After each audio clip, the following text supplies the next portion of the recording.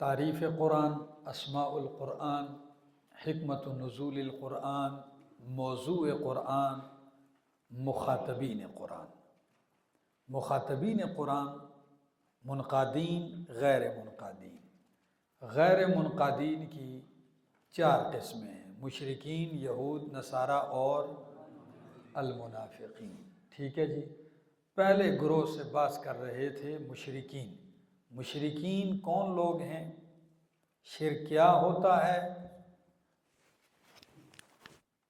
کون سی باتیں ہیں مشرکین کی؟ کون سے امور ہیں جن میں مشرکین اور موحدین متفق ہیں؟ اتفاقی امور سارے بیان ہوئے۔ کون سی بات ہے جس میں ان کا اختلاف تھا، جھگڑا تھا؟ ٹھیک ہے جی، اس میں ایک چیز ہم نے پڑھی کہ وہ اللہ کے سوا اوروں کی بندگی سفارشی سمجھ کے کرتے تھے، اسی طرح وہ اللہ کے سوا مردوں کو پکارتے تھے، غائبانہ پکار کے قائل تھے۔ قرآن نے اس پر رد کیا۔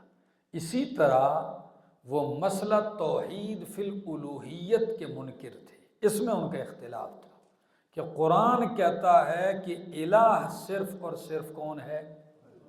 اللہ ہے۔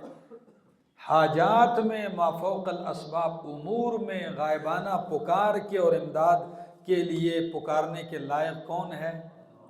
وہ یہ بات تسلیم کرنے کے لیے تیار نہیں تھے۔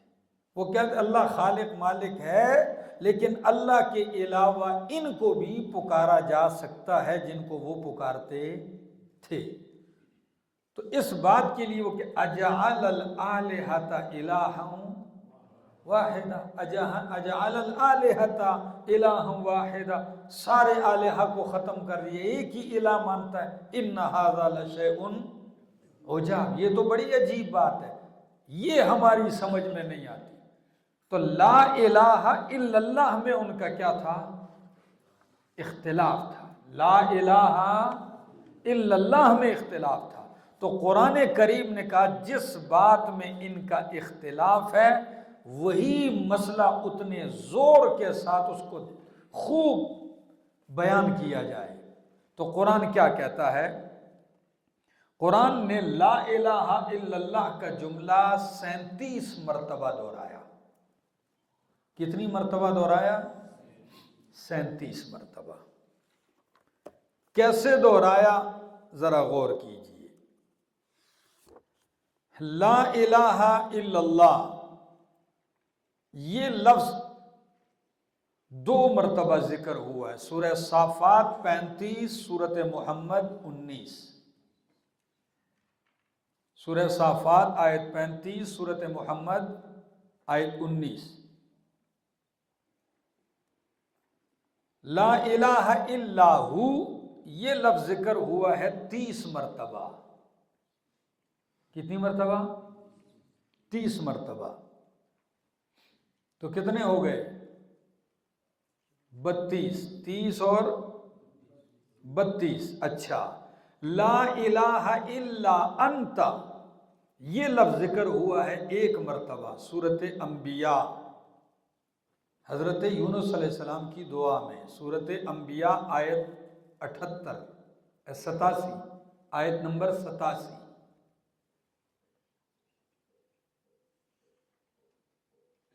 لا الہ الا انا یہ جملہ 3 مرتبہ ذکر ہوا ہے۔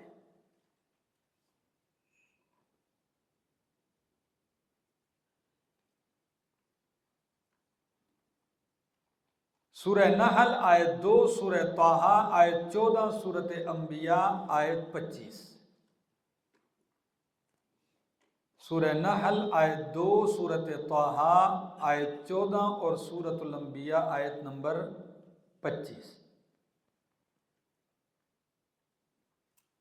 اور لا الہ الا الذی آمنت بہ بنو اسرائیل یہ 1 مرتبہ ذکر ہوا ہے سورۃ یونس آیت 90 میں۔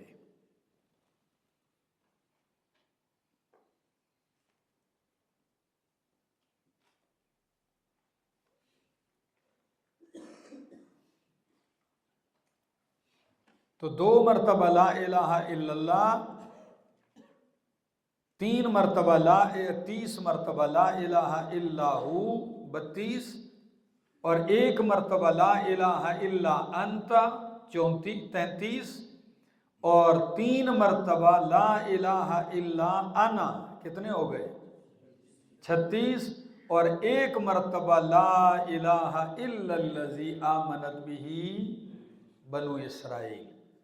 37 مرتبہ اس جملے کو دہرایا، تاکہ جس مسئلے سے ان کو اختلاف ہے یا جس میں ان کو شک ہے، اتنا ہی مسئلہ اس کو واضح کیا جائے اور کھول کر اس کو بیان کیا جائے۔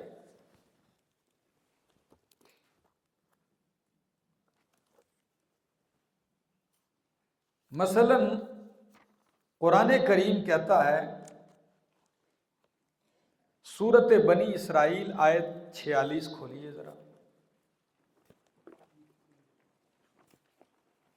سورت بنی اسرائیل آیت 46 15واں پارہ۔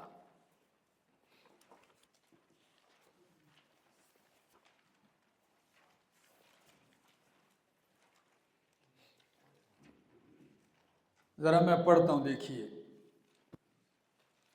وَإِذَا ذَكَرْتَ رَبَّكَ فِي الْقُرْآنِ وَحْدَهُ وَلَّوْا عَلَىٰ أَدْبَارِهِمْ نُفُورًا۔ وَإِذَا ذَكَرْتَ رَبَّكَ فِي الْقُرْآنِ وَحْدَهُ، جب تو ذکر کرتا ہے، تذکرہ کرتا ہے اپنے رب کا، فی القرآن قرآن میں، کیا تذکرہ کرتا ہے؟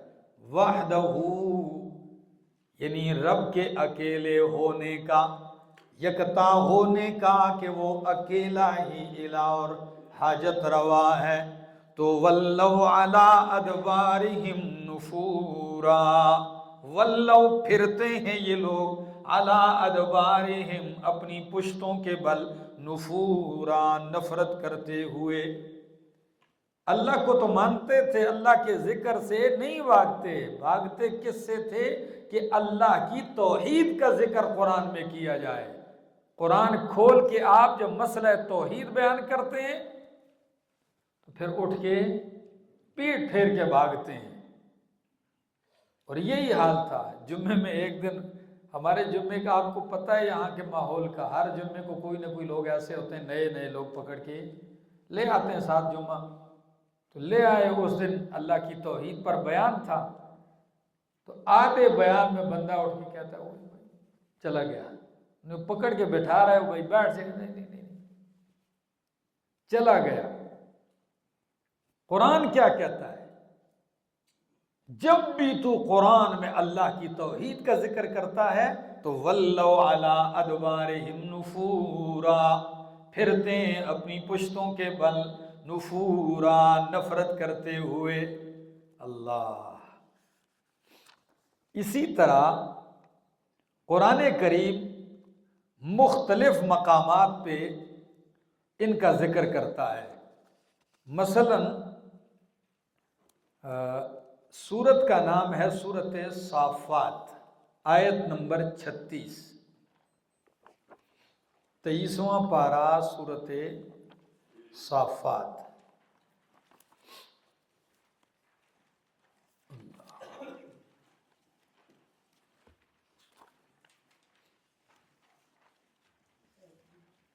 آیت نمبر 36،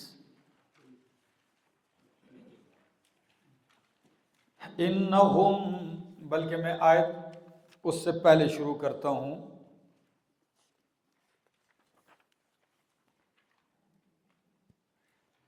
انہم کانوا اذا قیل لہم لا الہ الا اللہ یستکبرون۔ انہم کانوا، یعنی یہ جو ان کو سزائیں اور عذاب دیے جا رہے ہیں، ماقبل میں کس کا ذکر ہے؟ انا کذالک نفعل ہم مجرموں کو یوں ہی سزا دیتے ہیں عذاب۔ کیوں؟ اس لیے کہ انہم کانوا اذا قیل لہم، بے شک تھے یہ جب ان سے کہا جاتا تھا، لا الہ الا اللہ، کہ کوئی الہ نہیں مگر اللہ، تو یستکبرون، یہ کیا کرتے تھے؟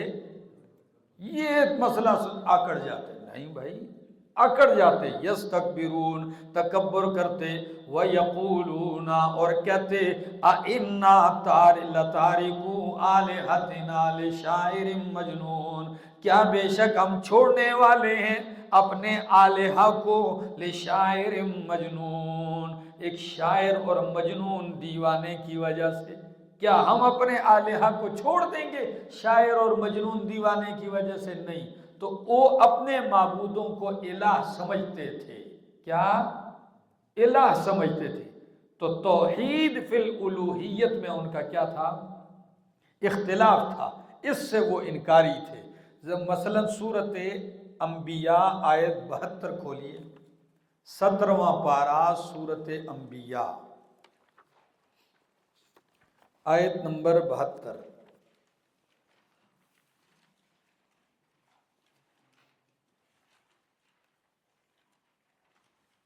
سورۃ الحج، سورۃ انبیاء کے بعد سورہ حج آیت نمبر 72، سورۃ الحج۔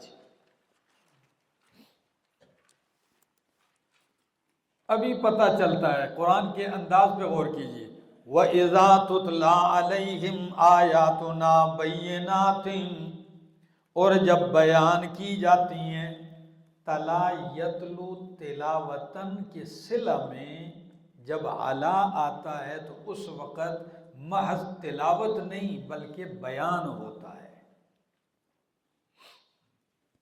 محض تلاوت نہیں بلکہ کیا ہوتا ہے؟ یعنی ان آیات کی تشریح و تفسیر، وضاحت۔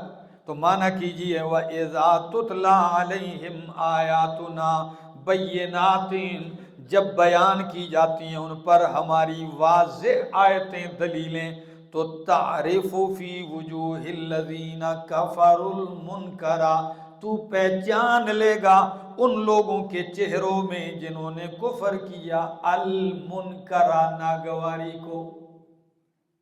توحید کی دلیلیں بیان کرے گا تو جو مشرک ہوگا اس کے چہرے کے اوپر کیا آئے گی؟ ناگواری۔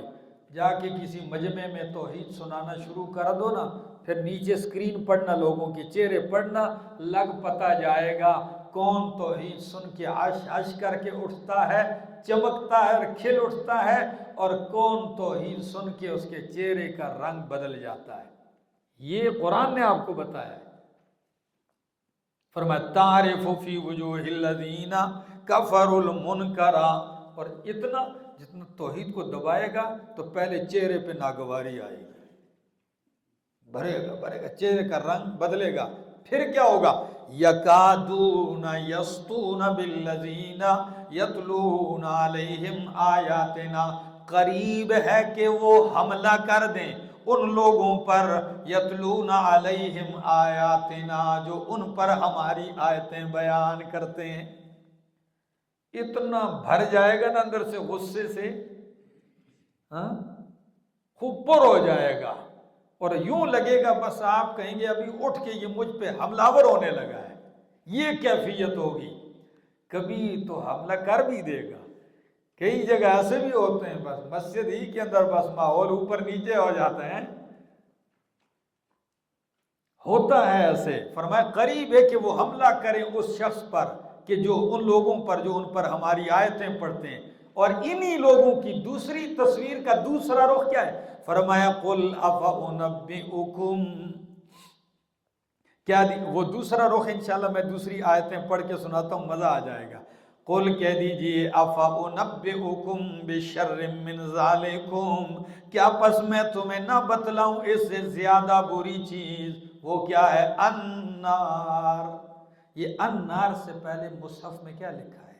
چھوٹا سا کوئی لفظ ہے، طا، اور النار کے بعد کیا ہے؟ تو صرف النار پہ وقف، آگے اور پیچھے سے الگ کر دیا، کیوں؟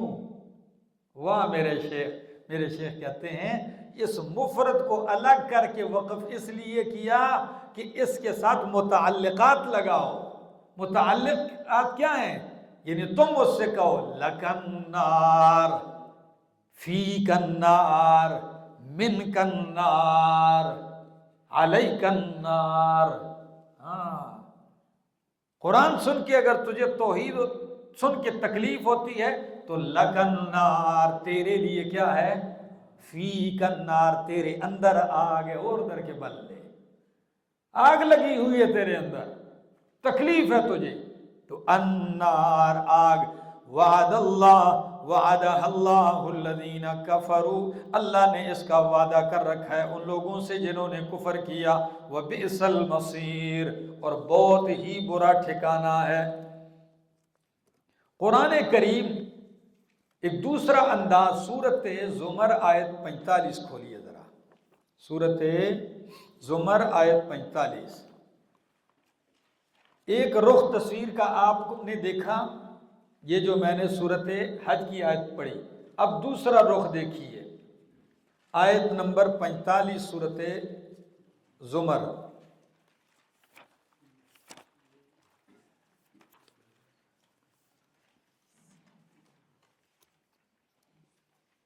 وَإِذَا ذُكِرَ اللَّهُ وَحْدَهُ، وَإِذَا ذُكِرَ اللَّهُ وَحْدَهُ، جب اکیلے اللہ کا ذکر کیا جاتا ہے. اکیلے اللہ کا ذکر کا کیا مطلب ہے؟ یعنی ادھر گٹھ میں بیٹھ کے ہو کیا جاتا ہے؟ نہیں، اس سے ان کو کیا تکلیف بھائی.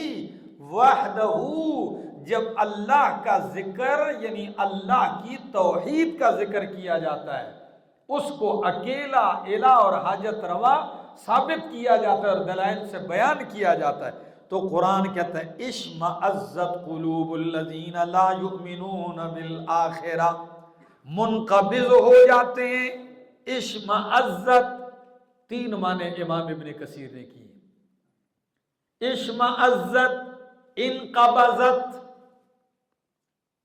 سکڑ جاتے ہیں، دل بند ہو جاتے ہیں غصے سے.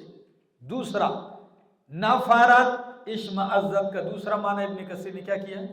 نفرت، نفرت کرنے لگتے ہیں ان کے دل. تیسرا معنی استکبرت، تکبر کرنے لگتے ہیں ان کے دل. جب اللہ کی توحید کا ذکر کیا جاتا ہے تو اشمئزت قلوب الذین، انکار کرنے لگتے ہیں، نفرت کرنے لگتے ہیں، تکبر کرنے لگتے ہیں ان لوگوں کے دل جو آخرت پر ایمان نہیں لاتے. یہ ایک رخ. اور کیسی کیفیت ہوتی ہے؟ قریب ہے کہ تجھ پہ حملہ کر بیٹھیں. تصویر کا دوسرا رخ وَإِذَا ذُكِرَ الَّذِينَ مِن دُونِهِ، جب اللہ کے سوا اوروں کا ذکر چھڑ جاتا ہے. ہاں، ان کے معبودوں کا ذکر ہوتا ہے جن کو وہ حاجت روا و الہ کہتے ہیں، تو اذا ہم یستبشرون، اچانک خوشی سے واہ واہ بھائی مزہ آ گیا. جب ان کے معبودوں کا ذکر کیا جاتا ہے، اللہ کے سوا اوروں کی طاقتیں بیان کی. آپ آج بھی جا کے دیکھ لو، یہ بیان کرو کہ لوگوں، کھوٹی قسمتیں کھری کرنے والا اللہ، بیڑے پار لگانے والا اللہ، غائبانہ پکاریں سننے والا اللہ. جب یہ کہو عالم الغیب اللہ، متصرف فی الامور اللہ، مختار کل اللہ، مالک اللہ، اس کے سوا کوئی الہ نہیں، حاجتوں میں پکارے جانے کے لائق اللہ. جب یہ کہو گے تو حالت کچھ اور ہوگی، اور جب یہ کہو گے فلاں نے مردہ گدھا زندہ کیا تو پھر دیکھا جھوم جائیں گے. جب یہ کہو گے، جی کہتے ہیں فلاں حضرت صاحب تقریر کر رہے تھے، حضرت صاحب تقریر کرتے کرتے انہوں نے اچانک ممبر ہاتھ ایسے کیا، لوگوں پر پانی پڑ گیا. لوگوں نے کہا گرمی کا موسم بھی نہیں کہ حضرت پر پسینہ آیا ہو، کوئی گلاس وغیرہ بھی نہیں پڑا، یہ پانی کہاں سے؟ حضرت جی یہ کیا ہوا ہے؟ حضرت نے کہا یہ گہری باتیں ہیں، تمہاری سمجھ سے باہر ہے، چھوڑو. وہ شام تک پاؤں میں پڑے رہے. حضرت جی بڑی راز کی بات ہے، کچھ بتاؤ تو صحیح نا. شام کو حضرت نے کہا اللہ کے بندو، میرے ایک دو مرید تھے، وہ سمندر پار جا رہے تھے تو غرق ہو رہے تھے، تو میں نے ایسے کر کے ان کو بچا لیا تھا. وہ ڈوب رہے تھے تو ایسے کیا، ان کو پار لگا دیے. چھینٹے چھینٹے تم پر کیا ہوئی تھی. جب یہ سناؤ پھر دیکھنا یہ جھومتے ہیں، پھر کپڑوں میں نہیں سمائیں گے، اور جب اللہ کی توحید کا ذکر کرو تو آپ دیکھنا ان کے چہرے جیسے پلاسٹک کی گیند ہوتی ہے نا، بال، اس کو آگ کے قریب کر دو تو کیا ہو جاتی ہے، ٹھیک ہے نا، ہاں بالکل ان کے چہرے ایسے ہو جاتے ہیں۔ اللہ اور غیر اللہ کی طاقتوں کے ذکر ہو تو اذا ہم یستبشرون، اچانک وہ کیا کرنے لگتے ہیں، خوشیاں منانے لگتے ہیں، خوش ہوتے ہیں۔ اسی طرح یہ اختلافی امور جو مشرکین کے درمیان اور موحدین کے درمیان اختلافی تھے، اب ذرا سنیے مشرکین کی شرک کی کتنی قسمیں ہیں۔ اب دوسرا باب عنوان شروع ہو گیا، شرک کی کتنی قسمیں ہیں۔ شرک کی ابتدائی معظم دو قسمیں ہیں، بڑی دو قسمیں ہیں، شرک اعتقادی، نمبر دو شرک فعلی۔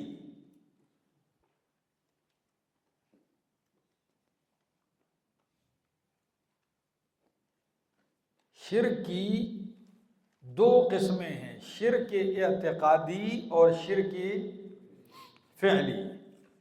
پھر شرک اعتقادی یعنی کون سا شرک، جس کا تعلق عقیدے کے ساتھ ہے، اور شرک فعلی وہ ہے جس شرک کا تعلق فعل اور عمل کے ساتھ ہے۔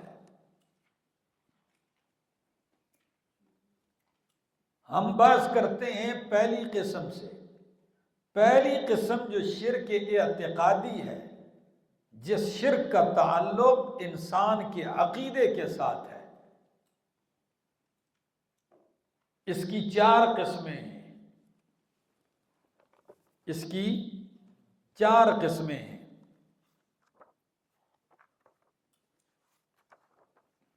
نمبر ایک شرک فی العلم،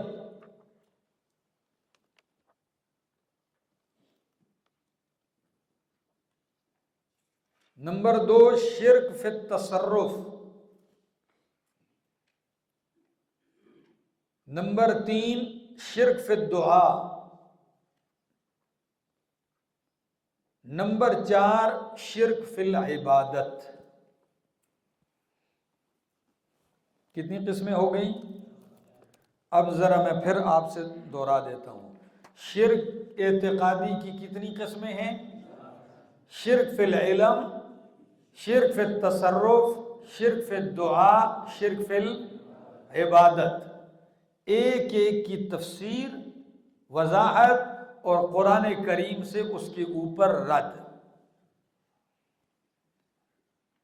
اور کمال کی بات، یہ جو چاروں قسمیں ذکر کی گئی ہیں شرک اعتقادی کی، وہ شرک جس کا تعلق عقیدے کے ساتھ ہے۔ آپ کبھی کبھی ایسا بھی دیکھیں گے کہ ایک بندہ ہے، آپ کہیں گے میں نے اس کو کبھی شرک کرتے ہوئے نہیں دیکھا ہے۔ کیا؟ کئی لوگ کہتے ہیں جی میں نے اس کو شرک کرتے ہوئے، تو یہ جو کرے گا اور آپ دیکھیں گے وہ کون سا بن جائے گا؟ وہ تو فعلی بن جائے گا۔ شرک کی تو چار قسموں کا تعلق کس کے ساتھ ہے؟ عقیدے کے ساتھ ہے، اور عقیدے کو لوگ اہمیت ہی نہیں دیتے کہ یہ بھی کوئی چیز ہے کہ نہیں ہے۔ وہ عمل نہ بھی کرے لیکن اس کا عقیدہ اگر شرک والا ہے تو وہ کیا ہو جائے گا؟ مشرک ہو جائے گا۔ تو وہ کتنی قسمیں شرک اعتقادی کی؟ دوہراؤ۔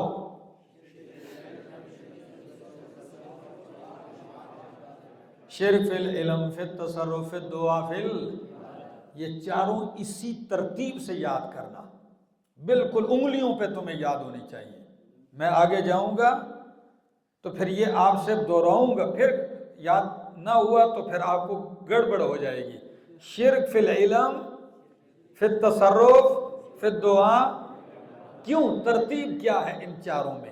ان چاروں میں میرے شیخ فرماتے ہیں ہر ایک کل من الاول مبدأ للثانی وکل من الثانی متفرع علی الاول۔ کل من الاول مبدأ للثانی وکل من الثانی متفرع علی الاول۔ یعنی یہ اسی ترتیب سے اوپر سے نیچے کے ہر پہلی قسم دوسری کے لیے مبدا ہے، علت ہے، اور نیچے سے اوپر کی طرف گنو گے تو ہر نیچے والی قسم اوپر والی قسم کے اوپر متفرع ہوگی۔ مثلا کیسے؟ سب سے پہلے انسان کسی شخص کے بارے میں یہ عقیدہ رکھتا ہے کہ وہ میرے ہر حال سے خبر ہے، وہ عالم الغیب ہے، وہ سارے جمیع ما کان و ما یکون کا علم رکھتا ہے۔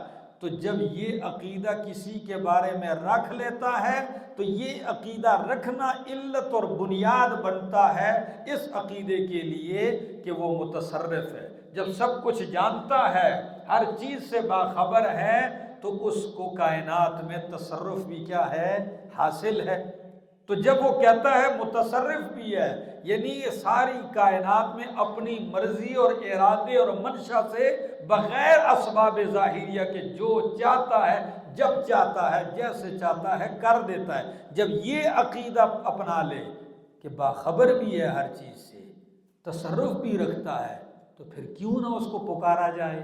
تو پھر اس کو پکارنے لگتا ہے۔ شرک فی الدعا کے لیے مبدا بن گیا، تو اس کو دعاؤں میں، پکاروں میں غائبانہ پکارنے لگتا ہے، اور پکارتے پکارتے پھر نتیجہ چوتھے نمبر پہ پہنچتا ہے کہ اسی کی عبادت کرنے لگ جاتا ہے۔ تو ہر ایک دوسرے کے لیے کیا ہے؟ مبدا اور علت ہے۔ اور اب نیچے سے اوپر کی طرف ذرا گنتے ہیں کہ جب کسی کوئی بھی بندہ اللہ کے سوا کسی غیر کی عبادت کرتا ہے، اس لیے عبادت کرتا ہے کہ اس کا یہ عقیدہ ہوتا ہے کہ وہ دعا اور پکار کے لائق ہے۔ کیا؟ دعا اور پکار کے لائق ہے۔ اور دعا و پکار کے لائق کیوں ہے؟ اس لیے کہ متصرف ہے۔ اور متصرف کیوں ہے؟ اس لیے کہ ہر چیز سے، ہر جگہ، ہر آن خبردار ہے، عالم بکل شیء۔ تو دیکھا نیچے سے بھی اوپر کی طرف، اوپر سے نیچے کی طرف۔ شرک اعتقادی کی کتنی قسمیں ہوئی؟ شرک فی العلم، فی التصرف، فی الدعا، فی العبادت۔ آئیے پہلی قسم، شرک فی العلم۔ شرک فی العلم کیا چیز ہے؟ شرک فی العلم یہ ہے، اور آپ کو ایک بات ذہن میں رکھو، مؤذن کی اتنی شان کیوں ہے پتہ ہے؟ مؤذن جب اذان دیتا ہے تو شرک کے اعتقادی کی ان چاروں قسموں کو رد کرتا ہے۔ پہلے لفظ میں کتنی مرتبہ کہتا ہے؟ اللہ اکبر، اللہ اکبر، اللہ اکبر، اللہ اکبر۔ کتنی مرتبہ کہتا ہے؟ 4 مرتبہ کہتا ہے۔ تو کہتا ہے اللہ اکبر بے اعتبار العلم، اللہ علم میں بڑا ہے، یعنی کوئی علم میں اس کے برابر مساوی شریک نہیں ہے۔ اللہ اکبر، دعا و پکار کے لائق وہی ہے، کوئی اس کے سوا ما فوق الامور، پکارے جانے کے لائق ما فوق الاسباب۔ تیسرا، اللہ اکبر بے اعتبار تصرف، اللہ ہی بڑا ہے، یعنی کائنات میں تصرف اسی کا چلتا ہے، اس کے سوا کوئی متصرف نہیں۔ چوتھی مرتبہ جب کہتا ہے تو اللہ اکبر، اللہ بڑا ہے، سب سے وہی عبادت کے لائق ہے۔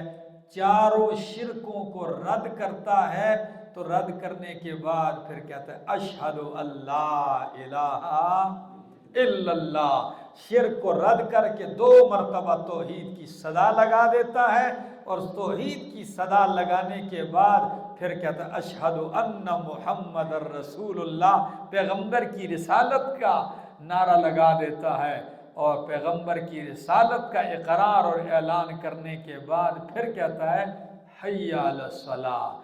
پہلے عقیدہ شرک سے پاک کر، توحید کا اقرار کر، رسالت کا اقرار کر، اب آ کے نماز پڑھ۔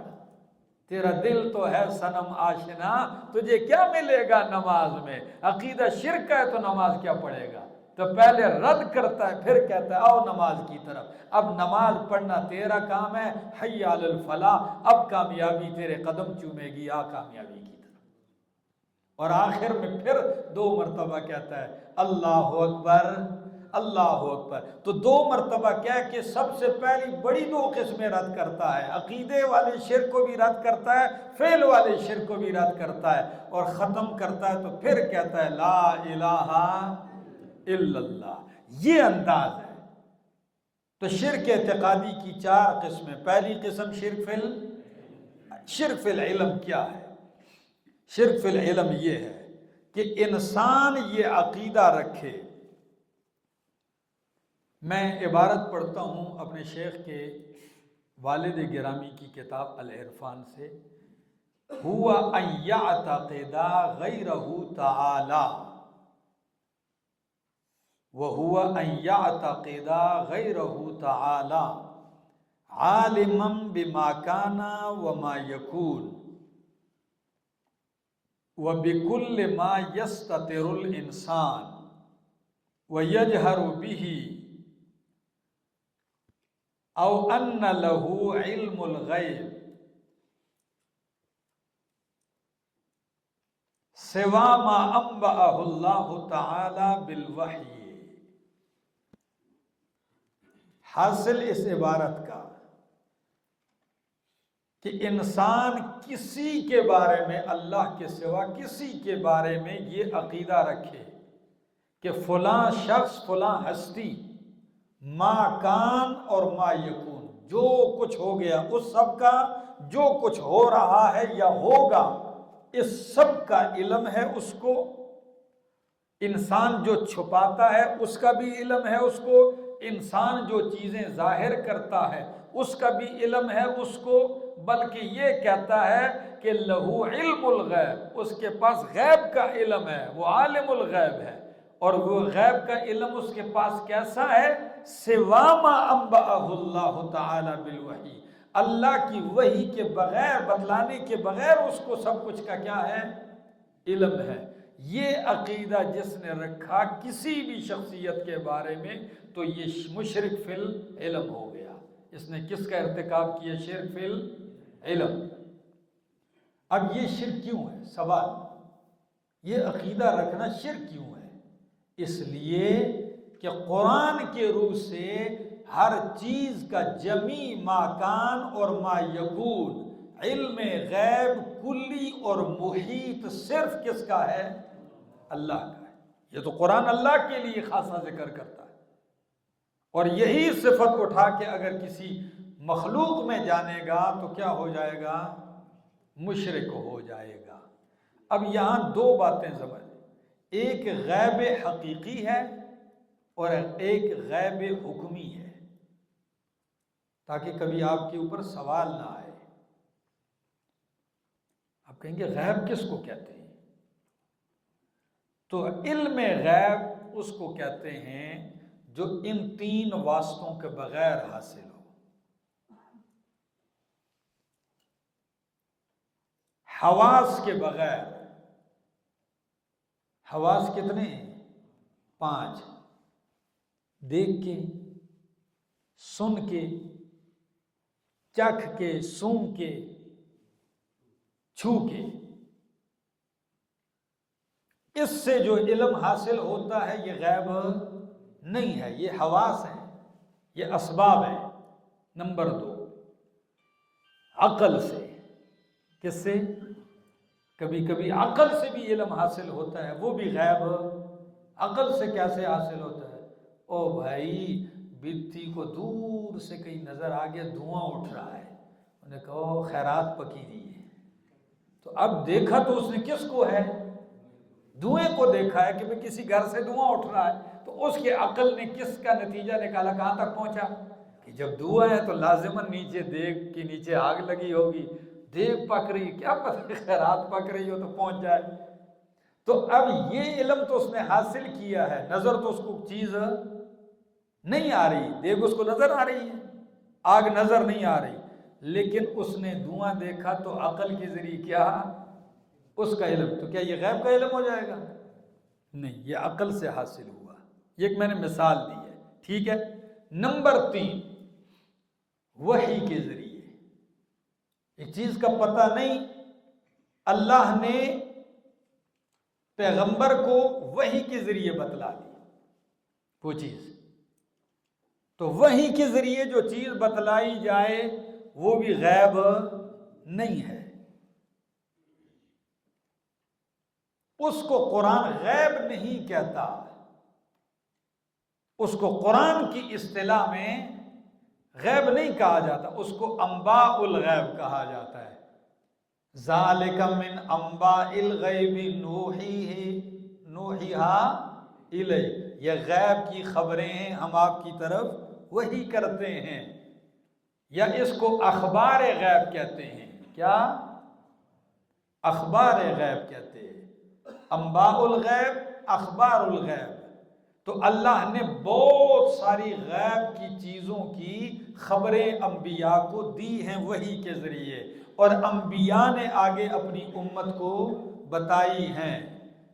تو اس غیب کی خبر دینے سے نہ پیغمبر عالم الغیب بنتے ہیں، اور پیغمبر کی آگے امت کو بتانے سے امت بھی عالم الغیب نہیں بنتی۔ آپ کو جنت، جہنم، سینکڑوں چیزوں کا علم پیغمبر کی قرآن سے اور پیغمبر کی احادیث سے ہوا ہے کہ نہیں ہوا؟ تو کیا آپ عالم الغیب ہو گئے؟ نہیں، یہ اس کو کہتے ہیں اخبار غیب، انباء الغیب۔ ٹھیک ہے جی؟ ہاں، غیب حکمی کیا ہے؟ غیب حکمی یہی ہے کہ ایک چیز آپ نہیں جانتے تھے، اللہ نے وحی کر کے بتلا دیا۔ تو غیب تو ہے ایک چیز، آپ سے غیب ہے، لیکن وحی کے ذریعے آپ کو کیا بتا دیا گیا؟ اب لفظاً اس کے اوپر کبھی کبھی غیب کا اطلاق لغت میں ہو جائے تو ہو جائے، لیکن قرآن کی اصطلاح میں علم غیب کا اطلاق اس پہ اب آئیے۔ قرآن اس قسم کی شرک کے اوپر رد کرتا ہے، اس کی تردید کرتا ہے، اس کی بنیادیں اکھیڑ کے رکھ دیتا ہے۔ اور رد کرنے کا انداز کیا ہے؟ پہلا انداز قرآن کا،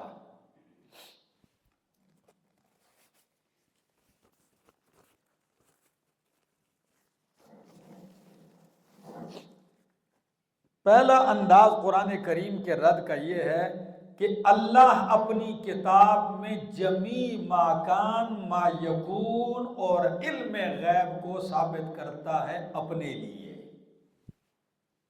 اللہ فرماتے ہیں ما کان و ما یکون اور علم غیب یہ صرف اور صرف میرے لیے ہے۔ کس کے لیے اللہ فرماتے ہیں؟ اپنے لیے اللہ ثابت کرتے ہیں۔ آپ سورۃ البقرہ دیکھیے ذرا، سورۃ البقرہ آیت نمبر ہے 33، سورہ بقرہ آیت 33۔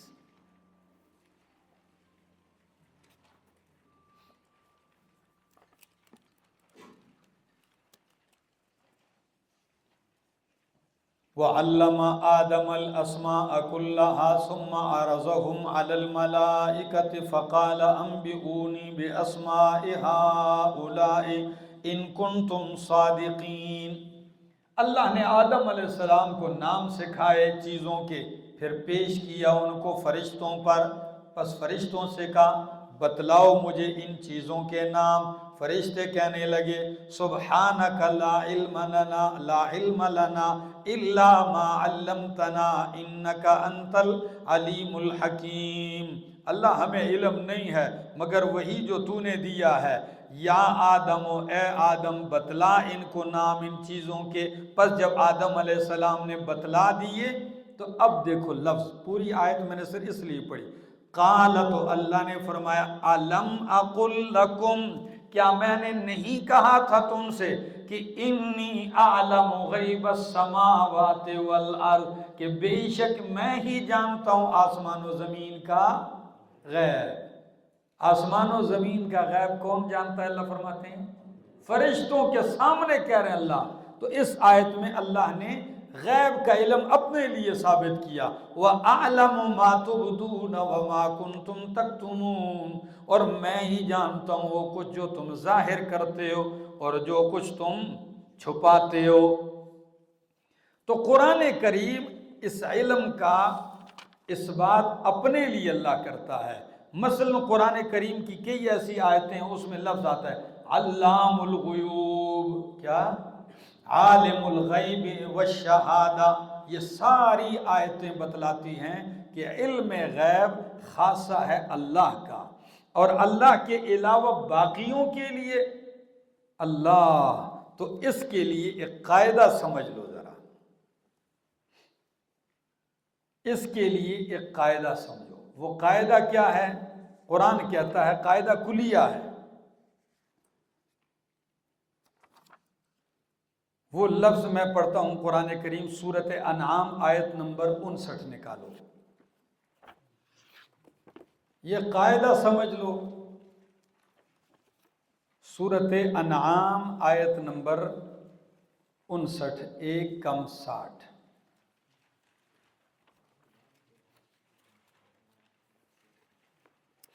وَعِندَهُ مَفَاتِحُ الْغَيْبِ لَا يَعْلَمُهَا إِلَّا هُوَ وَعِندَهُ مَفَاتِحُ الْغَيْبِ،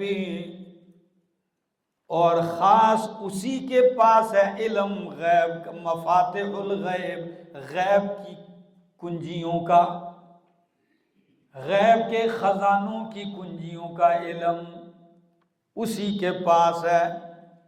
لا یعلمها الا ہو، نہیں جانتا اسے مگر وہی۔ اس لفظ پہ آپ غور کرو، یہ قاعدہ کلیہ کیسے ہے؟ مفاتح اگر جمع ہو مفتاح کی، کس کی؟ تو چابی کو کہتے ہیں، کس کو؟ اور اگر مفتاح ہو تو خزانے کو بھی کہتے ہیں۔ تو دونوں معنی آپ کو تفسیر میں ملیں گے۔ تو پہلا معنی یہ، اسی کے پاس ہیں غیب کے خزانے، کوئی نہیں جانتا وہ غیب کے خزانے مگر وہی۔ دوسرا معنی کہ غیب کے خزانوں کی چابیاں اسی کے پاس ہیں، ان چابیوں کو کوئی نہیں جانتا مگر وہی۔ یہ معنی ہے تو کلیہ بن گیا۔ اللہ فرماتے ہیں یوں سمجھ لو کہ علم غیب میں نے ایک صندوق میں بند کر دیا، اور اس کی چابیاں بھی میں نے اپنے پاس رکھ لی ہیں۔ کسی کے پاس اس غیب کی چابیوں کا بھی علم نہیں ہے، تو علم غیب کیا ہوگا؟ غیب کا علم کیا ہوگا؟ یہ قاعدہ کلیہ ہے۔ ٹھیک ہو گیا؟ وَعِندَهُ مَفَاتِحُ الْغَيْبِ لَا يَعْلَمُهَا إِلَّا هُوَ۔ سورہ لقمان کھولیے، قرآن نفی کرتا ہے ان مفاتح، کیونکہ پیغمبر نے فرمایا مفاتیح الغیب خمس، غیب کے خزانے 5۔ کتنے ہیں؟ 5 ہیں۔ وہ 5 کیا ہیں؟ سورہ لقمان ذرا کھولو،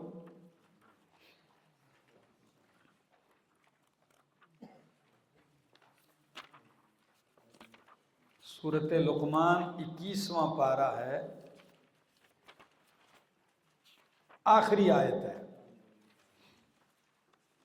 ان اللہ عندہ علم الساعہ، بے شک اللہ ہی کے پاس ہے علم قیامت کا، وَيُنَزِّلُ الْغَيْثَ، وہی اتارتا ہے، برساتا ہے بارش، وَيَعْلَمُ مَا فِي الْأَرْحَامِ، اور وہی جانتا ہے جو کچھ پیٹوں میں ہے، رحموں میں ہے، وَمَا تَدْرِي نَفْسٌ، اور نہیں جانتا کوئی نفس، ماذا تکسب غدا، کہ وہ کل کیا کرے گا، وَمَا تَدْرِي نَفْسٌ بِأَيِّ أَرْضٍ تَمُوتُ، اور کوئی نفس نہیں جانتا کہ وہ کس زمین پہ مرے گا۔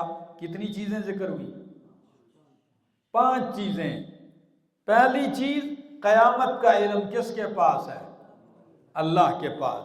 دوسری چیز، بارش کا علم کس کے پاس ہے؟ اب آپ کہیں گے ہمیں تو موسمیات والے بتا دیتے ہیں۔ نہیں، موسمیات والے یقین نہیں بتلا سکتے۔ کیا وہ کہتے ہیں بارش کا کیا ہے؟ امکان ہے۔ تو کبھی کبھی وہ کہتے ہیں امکان ہے، نہیں ہوتی، کبھی وہ کہتے ہیں نہیں ہے امکان، ہو جاتی ہے۔ اور یا وَيُنَزِّلُ الْغَيْثَ، کہ بارش کا علم کتنی ہوگی، کہاں ہوگی، کتنے قطرے برسیں گے، کس کا بھلا ہوگا، کس کا نقصان ہوگا، کس کے لیے اس کا گھر آباد ہوگا، کئی طوفانوں میں، ان ساری چیزوں کا علم کس کے پاس ہے؟ اللہ کے پاس۔ نمبر 3، وَيَعْلَمُ مَا فِي الْأَرْحَامِ، ماؤں کے پیٹ میں کیا ہے، ماداؤں کے پیٹ میں کیا ہے، اس کا علم کس کے پاس ہے؟ اگر ایک بندہ کہے الٹرا ساؤنڈ کے ذریعے تو پیٹ، او بھائی جو چیز آپ مشین کے ذریعے معلوم کر لیں تو وہ غائب رہتی ہے؟ بولو، وہ غائب نہیں رہتی، نہیں سمجھے؟ اور دوسری کہ ماؤں کے پیٹ میں کائنات میں کتنی مائیں ہیں، پہلو کتنی مائیں ہیں، کتنی مادائیں ہیں، ان کا علم کسی کے پاس نہیں، پھر ان ساری ماداؤں کے پیٹ میں کیا ہے اس کا علم کسی کے پاس نہیں ہے۔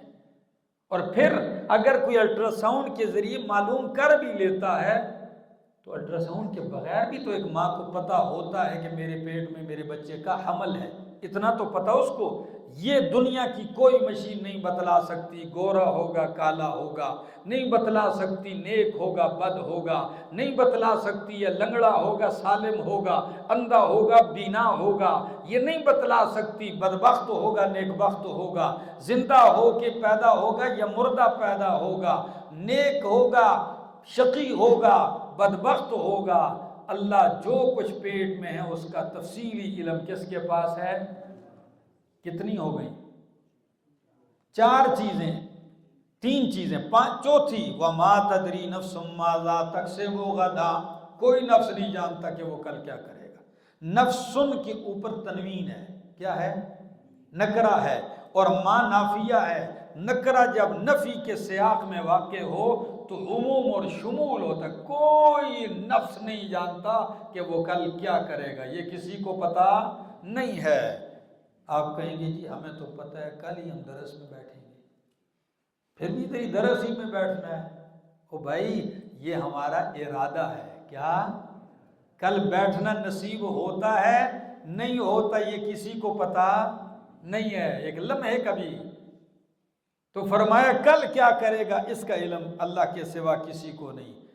اور وما تدری نفس بأی ارض تموت، کون سا نفس کہاں مرے گا، کب مرے گا، کس حال میں مرے گا، یہ کوئی نفس نہیں جانتا۔ ان کا علم کس کے پاس ہے؟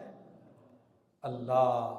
پیغمبر پاک صلی اللہ علیہ وسلم نے اس آیت کی طرف اشارہ کیا کہ 5 یہ غیب کے مفاتیح ہیں، ان کا علم صرف اور صرف اللہ کے پاس ہے۔ امام ابو حنیفہ رحمہ اللہ کے بارے میں لکھا ہے امام نصفی نے اسی آیت کے نیچے کہ بادشاہ خلیفہ منصور نے، بادشاہ نے خواب دیکھا، خواب میں ملک الموت دیکھا، اس سے پوچھا کہ میری روح قبض کرنے کب آئے گا؟ جب تو روحیں قبض کرتا ہے تو میری موت کا کب میری موت آئے گی؟ تو ملک الموت نے کہا، صرف یہ اشارہ کیا، کیا یہ صبح اٹھا بندہ سوچ رہا ہے یار 5 دن ہیں، 5 ہفتے ہیں، 5 مہینے ہیں، 5 سال ہیں، اس شش پنج میں پڑا ہوا ہے۔ تعبیر بتلانے والوں سے پوچھتا ہے، کوئی کہتا ہے 5 گھنٹے رہ گئے، کوئی کہتا ہے 5 دن رہ گئے، کوئی خون خشک ہو رہا ہے۔ بات چلتے چلتے امام ابو حنیفہ رحمہ اللہ تک آئی۔ امام صاحب نے کہا 5 دن 5 ہفتے نہیں، ملک الموت نے تجھے بتایا کہ یہ موت کا جو علم تو پوچھ رہا ہے یہ ان 5 چیزوں میں داخل ہے جن کا علم صرف اللہ کے پاس ہے۔ 5 دن ہفتے نہیں، یہ وہ 5 چیزوں میں ہے جو سورہ لقمان کے آخر میں کہ جن کا علم کس کے پاس ہے؟ اللہ کے پاس ہے۔ بات سمجھ میں آ رہی ہے؟ تو قرآن علم غیب اللہ کے لیے ثابت کرتا ہے، علم محیط، اور اللہ کے سوا باقیوں سے نفی کرتا ہے۔ مثلا کیسے نفی کرتا ہے؟ ذرا اس آیت کو دیکھیے، قرآن ساری مخلوق سے نفی کرتا ہے۔ پہلا انداز سورۃ نمل کھولیے، کون سا پارہ ہے جی؟ سورۃ نمل آیت نمبر ہے 65۔ سورۃ نمل آیت نمبر 65 ہے، 20واں پارہ کا پہلا صفحہ ہے۔ قرآن کریم نفی کرتا ہے علم غیب کی ساری مخلوقات سے۔ کیسے؟ قُلْ لَا يَعْلَمُ مَنْ فِي السَّمَاوَاتِ وَالْأَرْضِ الْغَيْبَ إِلَّا اللَّهُ۔ قل کہہ دیجئے، لا یعلم نہیں جانتے، من فی السماوات جو آسمانوں میں فرشتے ہیں، ارواح ہیں نیک لوگوں کی، والارض اور جتنی مخلوق زمین میں ہیں وہ بھی نہیں جانتے کس چیز کو؟ الغیبہ، کس کو؟ غیب نہیں جانتے، یعنی غیب کا علم ان کے پاس نہیں۔ کون جانتا ہے؟ الا اللہ، بولو اللہ ہی۔ تو اللہ نے اپنے سوا آسمان و زمین کی ساری مخلوق سے نفی کر دیا غیب کا علم، اور فرمایا وَمَا يَشْعُرُونَ أَيَّانَ يُبْعَثُونَ، ان کو یہ شعور بھی نہیں کہ وہ کب زندہ کر کے اٹھائے جائیں گے، ان کو یہ علم بھی نہیں کہ وہ کب زندہ کر کے اٹھائے جائیں گے۔ اسی طرح قرآن کریم سارے نبیوں سے علم غیب کی نفی کرتا ہے۔ یہ جو آیت پڑھی اس میں سارے مخلوق سے، اب دوسری آیت پڑھتے ہیں اس میں سارے نبیوں سے علم غیب کی نفی کرتا ہے قرآن کریم۔ وہ کون سی آیت ہے؟ وہ کھولیں ذرا، سورت کا نام ہے جی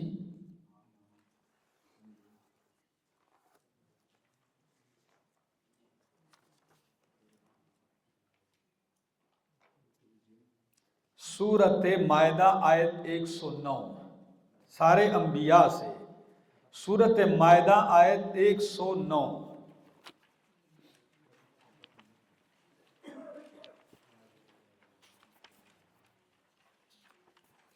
سورت مائدہ آیت 109، یوم یجمع اللہ الرسول، 7واں پارہ، یوم یجمع اللہ الرسول فیقول ماذا اجبتم قالوا لا علم لنا انک انت علام الغیوب۔ 109، یوم یجمع اللہ الرسول، جس دن اللہ جمع کرے گا، الرسول جمع اور اوپر الف لام، سارے رسولوں کو، فیقول پس اللہ کہے گا ماذا اجبتم، تم کیا جواب دیے گئے ہو، یا بعض مفسرین معنی کرتے ہیں لِأَيِّ وَجْهٍ عُبِدْتُمْ، تمہاری بندگی کیوں کی گئی، کیوں لوگوں نے تمہیں پوجا؟ قالوا تو وہ کہیں گے لا علم لنا، اللہ ہمیں علم نہیں۔ یہ کب کہہ رہے ہیں؟ قیامت کے دن کہہ رہے ہیں۔ کب کہہ رہے ہیں؟ قیامت کے دن کہہ رہے ہیں اللہ ہمیں علم نہیں۔ کیوں؟ انک انت علام الغیوب، تو ہی سارے غیبوں کو جاننے والا ہے۔ اب بتاؤ، جو لوگ کہتے ہیں کہ سارے اعمال تم جو کرتے ہو یہ نبیوں پر سارے اعمال پیش ہوتے ہیں، تو جب سارے اعمال پیش ہوتے ہیں تو پھر وہ قیامت والے دن یہ کہہ سکتے ہیں کہ ہمیں علم نہیں ہے؟ نہیں، وہ تو کہیں گے مجھے پتہ ہے آپ کے عمل بھی آئے تھے، آپ کے عمل بھی آئے تھے، ساری تفصیل تو میں ادھر دیکھتا رہا تیرے کاغذات سارے، تو پھر وہ کیوں کہیں گے لا علم لنا، ہمیں علم نہیں؟ بات سمجھ میں آ گئی؟ معلوم ہوتا ہے یہ ویسے کہانیاں ہیں۔ تو لا علم لنا، اللہ ہمیں نہیں علم، تو ہی غیب جاننے والا ہے اللہ۔ اسی طرح اللہ رب العزت دنیا میں جن جن لوگوں کو، جن جن مخلوقات کو لوگوں نے الہ معبود مانا، اللہ نے سب سے علم غیب کی نفی کی۔ جنوں کو مانا، اللہ نے جنات سے غیب کی نفی کی۔ فرشتوں کو مانا، اللہ نے فرشتوں سے غیب کی نفی کی۔ انبیاء کو مانا، اللہ نے مجموعی لحاظ سے انبیاء سے نفی کی، پھر ایک ایک نبی کا ذکر کر کے ان سے نفی کی، اور خاص طور پر امام الانبیاء محمد الرسول اللہ صلی اللہ علیہ وسلم سے بھی علم غیب کی کیا کی؟ نفی کی۔ مثلا نبی پاک صلی اللہ تعالی علیہ وسلم سے علم غیب کی نفی کہاں کی گئی ہے؟ ذرا آیت نکالیں، سورۃ انعام آیت 50، سورۃ انعام آیت نمبر 50۔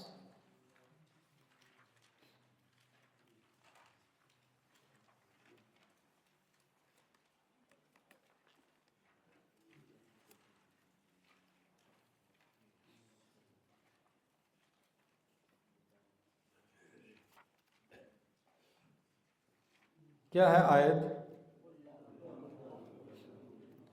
قُلْ لَا أَقُولُ لَكُمْ عِنْدِي خَزَائِنُ اللَّهِ، میرا پیغمبر کہہ دیجئے لا اقول لکم عندی خزائن اللہ، نہیں کہتا میں تم سے کہ میرے پاس اللہ کے خزانے ہیں، ولا اعلم الغیب، اور نہ ہی میں غیب جانتا ہوں، میں غیب بھی نہیں جانتا، ولا اقول لکم انی ملک، اور میں نہیں کہتا تم سے کہ میں فرشتہ ہوں، ان اتبع الا ما یوحی الی، نہیں میں اتباع کرتا مگر اسی کی جو میری طرف کیا کی جاتی ہے؟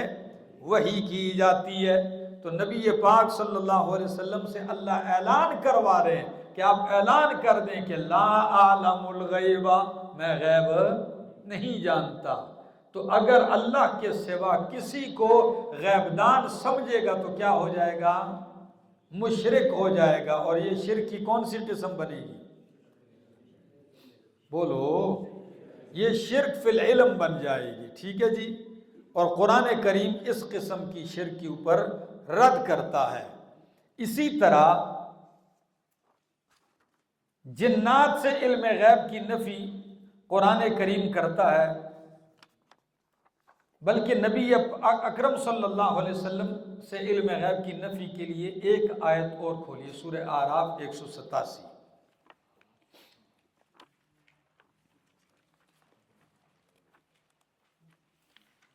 سورۃ اعراف آیت نمبر 187۔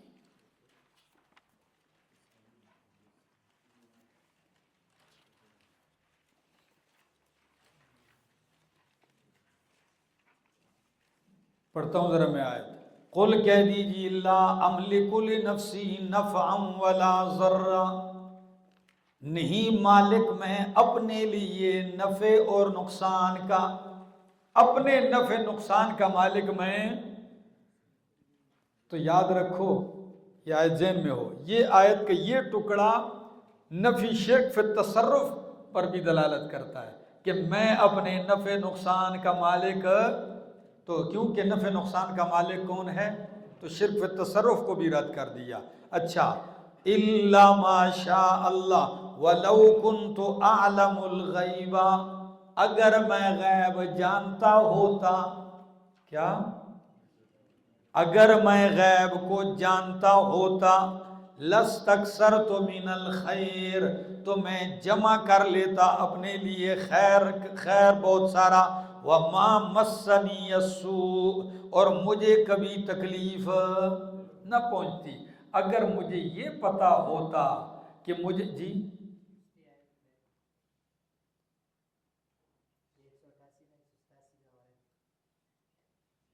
ہاں، اس سے پچھلی آیت بھی ہے، بالکل 87 بھی لکھ لیں اور 88 دونوں آیتیں لکھ لیں، ٹھیک ہے نا؟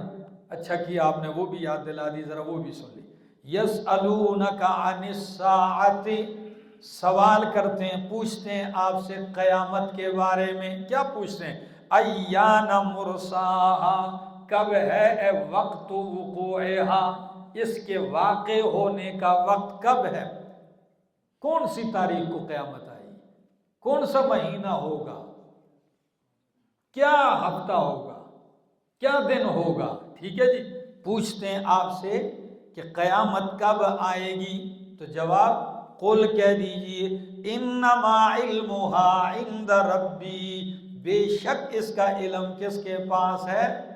میرے رب کے پاس ہے، لا یجلی حال وقتہا الا ہو، نہیں برپا کرے گا اس کو اپنے وقت پر مگر وہی، برپا بھی وہی کرے گا اور اس کے وقت کا علم بھی اسی کے پاس ہے۔ ایک آیت یہ، اور بعد والی آیت میں فرمایا اگر میں غیب جانتا ہوتا تو میں اپنے لیے بہت سارا خیر جمع کر لیتا، مجھے تکلیف کبھی نہ پہنچتی۔ بخاری کی حدیث میں لا لو تو نور نالا نور ہو جائے گا۔ نبی اکرم صلی اللہ علیہ وسلم کے پاس ایک وفد آیا، کہنے لگے جی ہمارے لوگ بڑے مسلمان ہو رہے ہیں، دین کی طرف راغب ہو رہے ہیں، تو اگر آپ قرآن کے کچھ معلم استاد قاری دے دیں تو یہ جا کے وہاں قرآن بیان کریں گے تو بہت بڑا کام چل جائے گا۔ نبی علیہ السلام نے اپنے صحابہ کے مجمع پہ نظر دوڑائی، 70 قاری قرآن چنے۔ کتنے؟ اور وہ جھوٹے منافق نکلے وہ لوگ، ان 70 کے 70 کو لے جا کر راستے میں قتل کر دیا، شہید کر دیا، معونہ کے مقام پر، بیر معونہ، معونہ کنواں تھا، بیر وہاں ایک کنواں تھا معونہ مقام پر، وہاں ان سب کو ذبح کر دیا۔ 1 مہینے تک نبی علیہ السلام قنوت نازلہ پڑھتے رہے ان کے خلاف، یہاں تک کہ اللہ نے پھر روک دیا کہ میرا پاک پیغمبر بس کیجیے۔ اب آپ بتائیے اگر میں غیب جانتا ہوتا تو مجھے تکلیف، یہ جو اذیت پہنچی، مجھے یہ پتا ہوتا کہ یہ لوگ جھوٹے ہیں اور میرے شاگردوں کو کیا کر دیں گے؟ قتل کر دیں گے، تو بھیجتے نبی علیہ السلام؟ نہیں، یہ تو فراڈ کر رہے ہیں، دھوکہ کر رہے ہیں جا کے راستے میں۔ تو ایک مولانا، مولوی تو ہوتا ہی وہ ہے جو چپ نہ ہو، اس نے جب یہ حدیث سنی کہتا ہے نہیں نبی علیہ السلام کو پتہ تھا، پھر کیوں بھیجا؟ بھائی اس لیے بھیجا یہ شہادت کے مرتبے پہ فائز ہو جائے۔ لا حول ولا قوت الا باللہ۔ میں نے کہا کوئی تجھے بھی اس طرح لے جائے اور شہادت کے مرتبے پہ فائز کر دے؟ صرف شرکیہ عقیدہ اپنانے کے لیے اور اس کو بچانے کے لیے نہ آیت دیکھتے ہیں نہ حدیث دیکھتے ہیں، بس توڑ مروڑ کے رکھ دیتے ہیں۔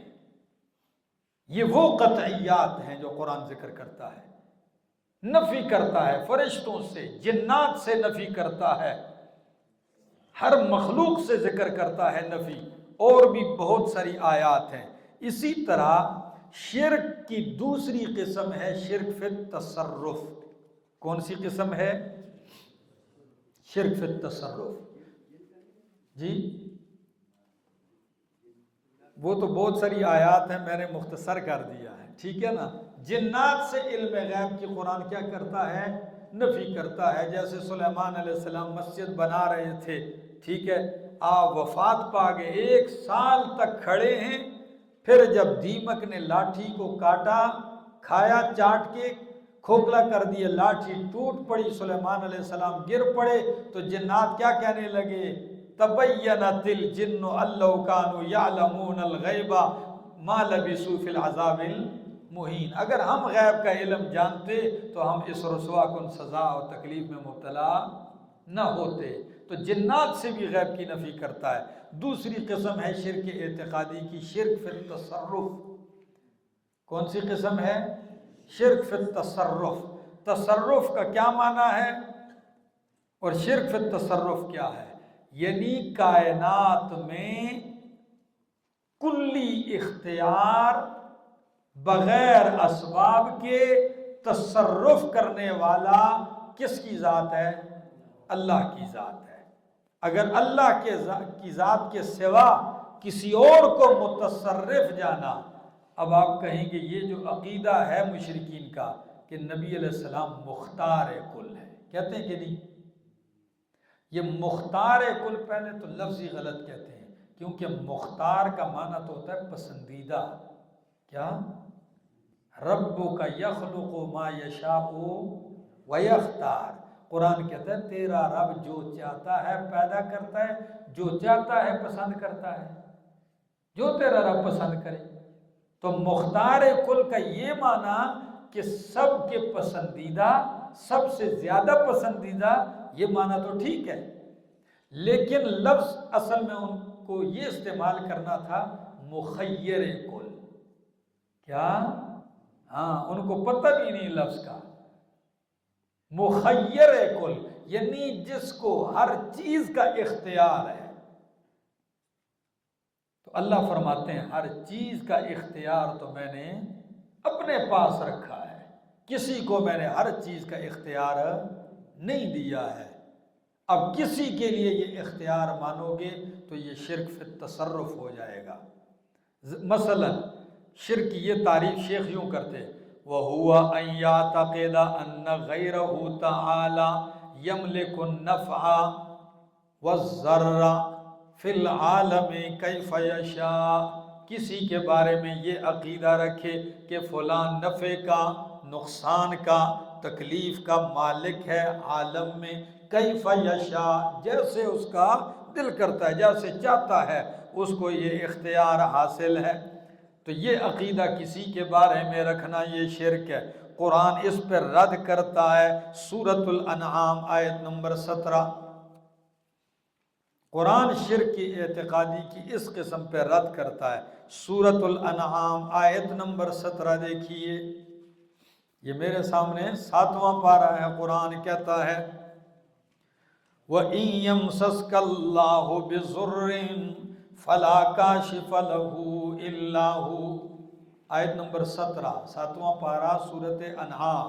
وَإِن يَمْسَسْكَ اللَّهُ بِضُرٍّ، اگر اللہ پہنچانا چاہے آپ کو تکلیف، فَلَا كَاشِفَ لَهُ إِلَّا هُوَ، تو کوئی اسے ٹالنے والا، ہٹانے والا نہیں، إِلَّا هُوَ، مگر وہی، وَهُوَ اللہ مگر وہی اللہ۔ وَإِن يَمْسَسْكَ بِخَيْرٍ، اور اگر وہ آپ کو پہنچانا چاہے کوئی خیر بلائی، فَهُوَ عَلَى كُلِّ شَيْءٍ قَدِيرٌ، پس وہ ہر چیز پر کیا ہے؟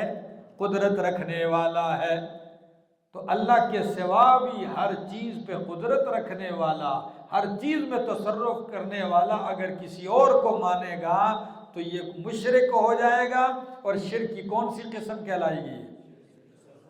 شرک فی، یہی انداز قرآن کا دوسرا مقام ہے، وہ آیت سورۃ یونس آیت 107، سورۃ یونس آیت نمبر 107۔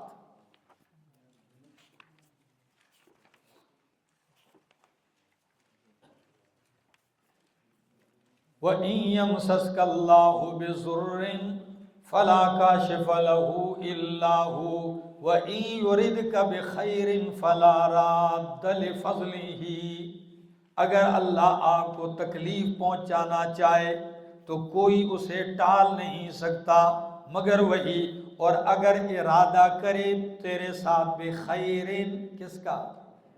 تجھے کوئی خیر دینا چاہے، بلائی دینا چاہے، کوئی نفع دینا چاہے، فَلَا رَادَّ لِفَضْلِهِ، تو اس کے فضل کو کوئی ٹالنے والا نہیں ہے۔ اور یہاں کیا کہتے ہیں؟ خدا پکڑے محمد چھوڑا لے وے، تے محمد دا پکڑا چھوڑا کوئی نہیں سکدا، بشر ہو کے عرشاں تے جا کوئی نہیں سکدا۔ یہ ناتھورے کہتے ہیں خدا پکڑے محمد چھوڑا لے وے، تے محمد دا پکڑا چھوڑا کوئی نہیں سکدا، بشر ہو کے عرشاں تے جا کوئی نہیں سکدا۔ میں نے کہا کتنا سادہ ہے، کتنا بڑا پرلے درجے کا مشرک ہے، سمجھتا ہی نہیں ہے۔ کہتا ہے بشر ہو کے عرشاں تے جا کوئی نہیں سکتا۔ میں نے کہا نور ہو کے عرشاں تے جا کوئی نہیں سکدا، بشر ہو کے عرشاں تے جاوے محمد۔ سدرۃ المنتہا پہ تو جبریل رک گیا، نہیں جا سکتا تھا نوریوں کا سردار، آگے گیا تو کون گیا؟ بشر گیا۔ اور اللہ پکڑے محمد چھوڑا لے وے، محمد پکڑے چھوڑا کوئی نہیں سکتا۔ کتنا شرک کا عقیدہ ہے۔ نبی کریم صلی اللہ تعالی علیہ وسلم کے چچا کا قاتل ہے، کیا نام تھا امیر حمزہ کے قاتل کا؟ حضرت وحشی، بعد میں ایمان لایا تھا رضی اللہ تعالیٰ عنہ۔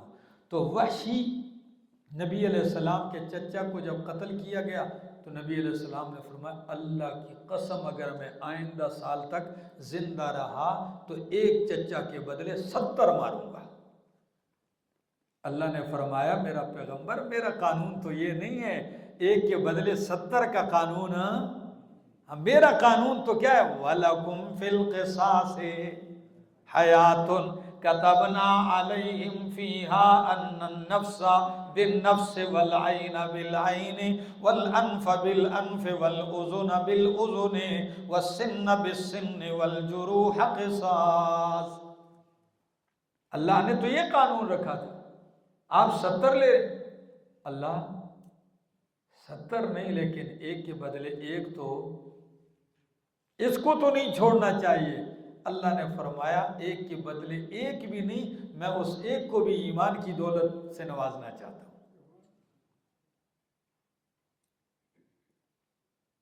تو اللہ نے بچایا کہ نہیں بچایا؟ وہ دوسری طرف چچا ہے ابو طالب، نبی علیہ السلام جا کے اس کے سرانے کھڑے ہیں، چاہتے ہیں کہ یہ بچ جائے ایمان لے آئے، کہا چچا پڑھ لو کلمہ، میرے ساتھ اچھائیاں بھی کرتے رہے، آپ پیرے بھی دیتے رہے، کلمہ پڑھ لو۔ مشرکین بھی بیٹھے کہتے ہیں باپ دادا کا دین نہ چھوڑنا۔ نبی علیہ السلام نے کہا اگر ان کے شرم سے نہیں پڑھتے میرے کان میں ہونٹوں کو ہلا دو، احاج لک بہا عند اللہ، اللہ کی بارگاہ میں جھگڑوں گا، تیرے ایمان کی گواہی دوں گا، میرے کان میں پڑھ دے۔ وہ کہنے لگا جانتا ہوں تیرا دین سچا ہے لیکن ایمان وَلَقَدْ عَلِمْتُ بِأَنَّ دِينَ مُحَمَّدٍ مِّنْ خَيْرِ أَدْيَانِ الْبَرِيَّةِ دِينًا لَوْلَا الْمَلَامَةُ لَائِمٍ أَوْ حَذَارُ مَصَبَّةٍ لَوَجَدْتَنِي بِذَاكَ سَمْحًا مُبِينًا وَاللَّهِ لَن يَصِلُوا إِلَيْكَ بِجَمْعِهِمْ حَتَّى أُوَسَّدَ فِي التُّرَابِ دَفِينًا۔ اللہ نہیں لایا ایمان، مجھے نار پسند ہے عار، اخترت النار علی العار، غور میں خوخ دیکھو پہ غور میں نہ دیکھو، نار پسند ہے عار نہیں پسند۔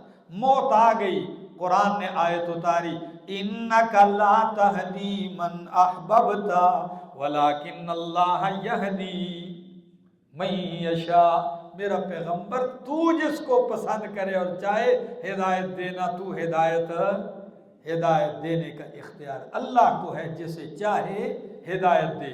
تو میں بات کر رہا تھا کہ قرآن کریم اللہ کے لیے تصرف اور اختیار ثابت کرتا ہے، اور اللہ اپنے سوا باقی ساری مخلوقات سے تصرف اور اختیار کی کیا کرتا ہے؟ نفی کرتا ہے کہ متصرف صرف اور صرف اللہ ہے۔ اس کے بعد تیسری قسم ہے شرک فی الدعا۔ کون سی قسم ہے؟ شرک فی الدعا۔ شرک فی الدعا کیا ہے؟ وَهُوَ أَن يَدْعُوَ غَيْرَ اللَّهِ تَعَالَى۔ شرک فی الدعا یہ ہے کہ اللہ کے سوا اور کو پکارے مدد کے لیے، اور کیا عقیدہ رکھے؟ وَأَن يَعْتَقِدَ أَنَّهُ يَسْمَعُ دُعَاءَهُ بِغَيْرِ الْأَسْبَابِ الْعَادِيَّةِ الظَّاهِرِيَّةِ الَّتِي آتَاهَا اللَّهُ لِلْعِبَادِ۔ اللہ کے سوا غیر کو پکارے، وَأَن يَعْتَقِدَ، اور یہ عقیدہ رکھے کہ أَنَّهُ يَسْمَعُ دُعَاءَهُ، کہ وہ غیر اللہ کے سوا وہ میری پکار کو، دعا کو سنتا ہے۔ کیسے سنتا ہے؟ بغیر الاسباب العادیت الظاہریہ، عادی اسباب کے بغیر۔ ایک تو ہے میں یہاں سے فون پہ بات کر رہا ہوں کشمیر میں کسی آدمی کے ساتھ، تو وہ وہاں میری بات سن رہا ہے، لیکن یہ اتنے دور سے سن رہا ہے، لیکن یہ کیا ہے؟ اسباب ہیں۔ بولو کیا ہیں؟ یہ اسباب ہے۔ اور آپ کا عقیدہ کہ بغیر اسباب کے وہ میری پکار سنتا ہے، اللہ کے دیے ہوئے اسباب کے بغیر اس کو سبب کی ضرورت ہی نہیں، سن رہا ہے ہر جگہ سے، ہر آن ہر کسی کی آواز سن رہا ہے۔ تو سچ بتاؤ، ہر آن ہر گھڑی بغیر اسباب کی طرف احتیاج کے سننے والا اللہ ہے۔ یہ جو مردہ سنتا ہے تو یہ کیسے سنتا ہے؟ اسباب سے سنتا ہے کہ بغیر اسباب کے؟ تو بغیر اسباب کے کون سنتا ہے؟ آپ میری بات سن رہے بھائی، کان ہیں، اسباب ہیں، زندہ ہیں، رکاوٹ نہیں ہے، سن رہے ہیں۔ تو مرنے سے تو اسباب کیا ہو جاتے ہیں؟ بولو، ختم ہو گئے نا۔ موت آئی، دیکھنے والا کام ختم، چکھنے والا کام ختم، بولنے والا، پکڑنے والا، پاؤں سے چلنے والا، یہ سارے اسباب، کانوں سے سننے والا، یہ اسباب ختم۔ اب آپ کہتے ہیں کہ یہ سنتا ہے، تو ہم پوچھتے ہیں کہ یہ اسباب کے ساتھ سنتا ہے یا اگر اسباب سے سنتا ہے تو پہلے اسباب تو ثابت کرو نا۔ اور اگر آپ کہتے ہیں بغیر اسباب کے سنتا ہے تو بغیر اسباب کے سننے والا اللہ ہے۔ تو قرآن اس قسم کی شرک کی بھی کیا کرتا ہے؟ تردید کرتا ہے کہ تمہاری پکاریں اور دعائیں امداد کے لیے غائبانہ ما فوق الاسباب سننے والا اکیلا اللہ ہے۔ اب ذرا دیکھیے قرآن کیسے ذکر کرتا ہے۔ سورت کا نام سورت انعام، آیت نمبر مجھ سے لکھنا رہ گیا ہے۔ ارأیتکم ان اتاکم عذاب اللہ او اتتکم الساعۃ اغیر اللہ تدعون۔ رمضانیوں کون سی آیت ہے؟ سورت انعام آیت 40۔ ہاں، یہ میرے سامنے کھلی ہوئی ہے، 7واں پارہ ہے۔ فرمایا قل کہہ دیجئے ارأیتکم، بتلاؤ مجھے، ہاں کیا خبر دوں میں تمہیں، ان اتاکم عذاب اللہ، اگر آئے تمہارے پاس اللہ کا عذاب، او اتتکم الساعۃ، یا آئے تمہارے پاس قیامت، اغیر اللہ تدعون، کیا اللہ کے سوا تم کسی اور کو پکارو گے؟ نہیں، کدھر پکاریں گے؟ جب قیامت آئے گی پھر اللہ کے سوا غیر کو، قیامت تو چھوڑو، جب کشتی میں بور میں پھنستے ہیں تو اس وقت بھی اللہ کے سوا کسی کو نہیں پکارتے، خالص اللہ کو پکارتے ہیں۔ تو فرمایا جب اس وقت بھی اللہ کو پکارتے ہو تو اب بھی کس کو پکارو؟ اللہ کو پکارو۔ آگے لفظ ہے قرآن کا بل ایاہ تدعون، بلکہ اسی کو تم پکارو گے، فیکشفو، پس وہ دور کر دیتا ہے، ما، وہ مصیبت، تدعون الیہ، جس کی طرف تم اس کو پکارتے ہو مدد کے لیے، انشاء، اگر وہ چاہے۔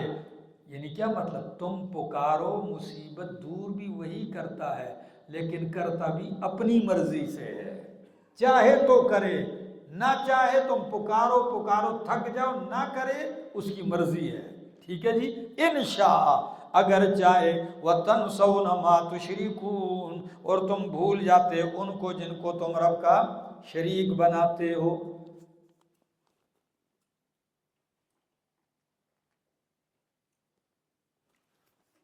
ایسے ہی یہی سورت انعام ذرا 71 کھولو، آیت نمبر 71۔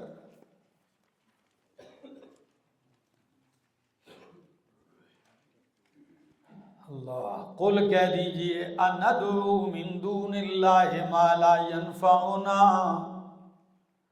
ولا يضرنا ونرد على اعقابنا بعد اذ هدانا اللہ كالذي استهوته الشياطين في الارض حیرانا۔ فرمایا کیا ہم پکاریں من دون اللہ، اللہ کے سوا، ماں ایسوں کو، لا ینفعنا ولا یضرنا، جو نہ ہمیں نفع دے سکتے ہیں اور نہ ہمیں نقصان دے سکتے ہیں، اور ہم لوٹا دیے جائیں اپنی ایڑیوں کے بل بعد اس کے کہ اللہ نے ہمیں ہدایت دی۔ تو آیت میں دو باتیں ہیں، ایک یہ کہ اللہ کے سوا ہم کسی کو پکاریں گے نہیں، دوسری اگر اللہ کے سوا ہم نے کسی کو مدد کے لیے پکارا تو ہم ہدایت کے بعد الٹے پھیر دیے جائیں گے، یعنی گمراہ ہو جائیں گے۔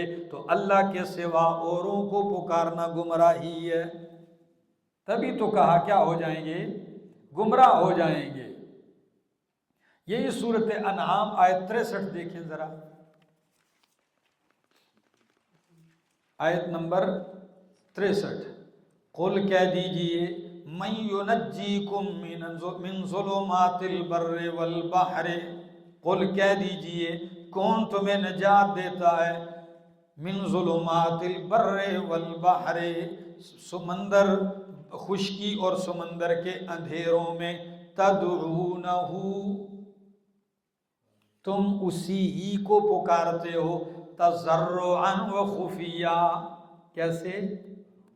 عاجزی کے ساتھ، گڑ گڑاہٹ کے ساتھ، وہ خفیتاً، اور چپکے چپکے دل میں، اللہ خلاص کم بیا بدا سے نکو، دل میں لگا ہوا ہے، گڑ گڑا رہا ہے، عاجزی کے ساتھ لگا ہوا ہے، لیکن جب اللہ ان کی پکار سن کے کیا کرتا ہے، اور یہ کیا کہتا ہے، لَإِنْ أَنْجَانَا مِنْ هَذِهِ لَنَكُونَنَّ مِنَ الشَّاكِرِينَ، اے اللہ اگر تو نے ہمیں اس مصیبت سے نجات دے دی تو ہم تیرے شکر گزاروں میں سے ہو جائیں گے۔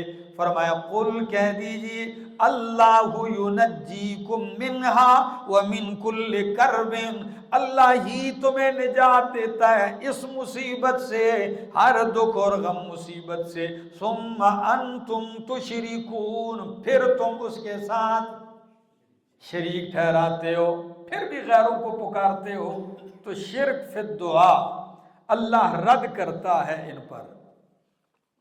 سورۃ یونس آیت نمبر 106، سورۃ یونس آیت نمبر 106 دیکھیے ذرا،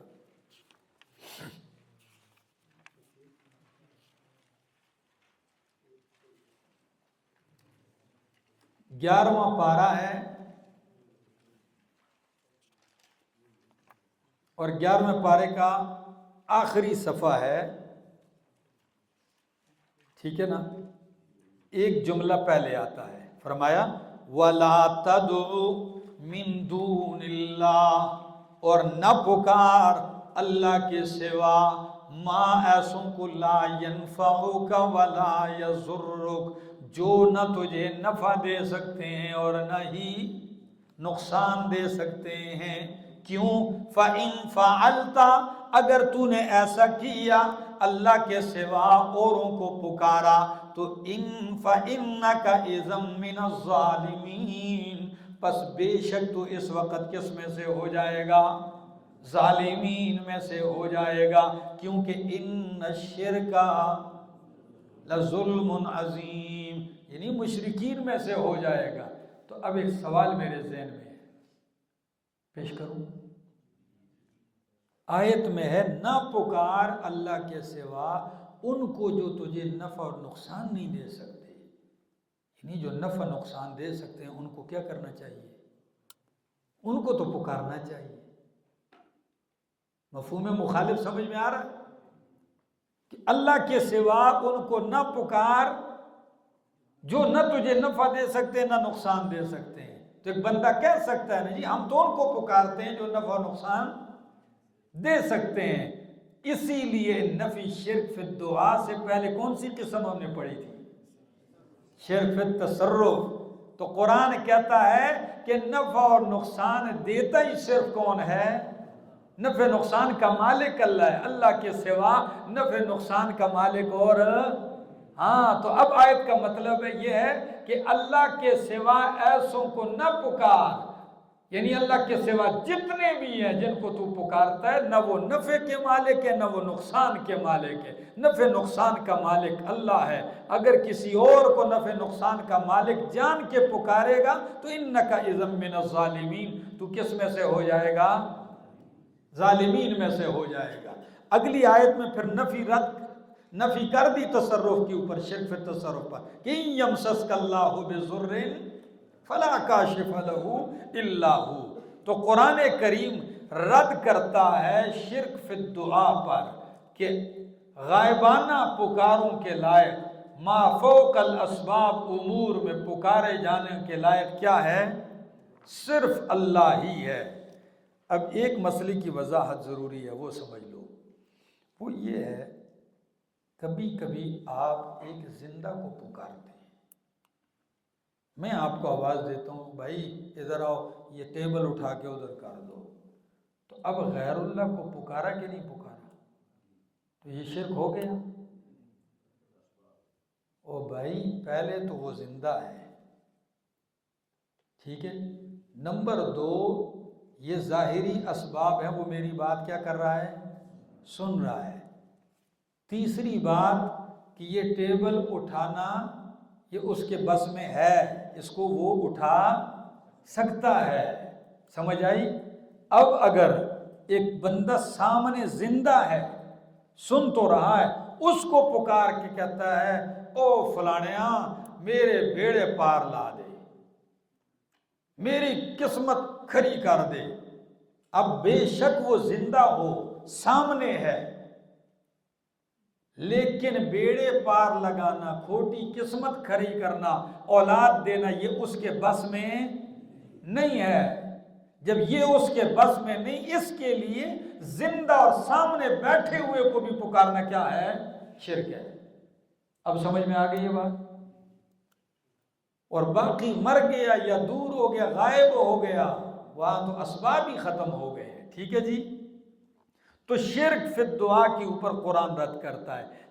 چوتھی قسم ہے شرک فی العبادت۔ کون سی قسم ہے؟ شرک فی العبادت۔ جب کسی کو عالم الغیب جان کر، متصرف جان کر، پھر اس سے پکارتا ہے، آخری نتیجہ یہ ہے کہ اس کی بندگی اور عبادت میں لگ جاتا ہے، تو قرآن کریم شرک فی العبادت کے اوپر کیا کرتا ہے؟ رد کرتا ہے، ٹھیک ہے جی؟ یہ انشاءاللہ تفصیل کل پڑھیں۔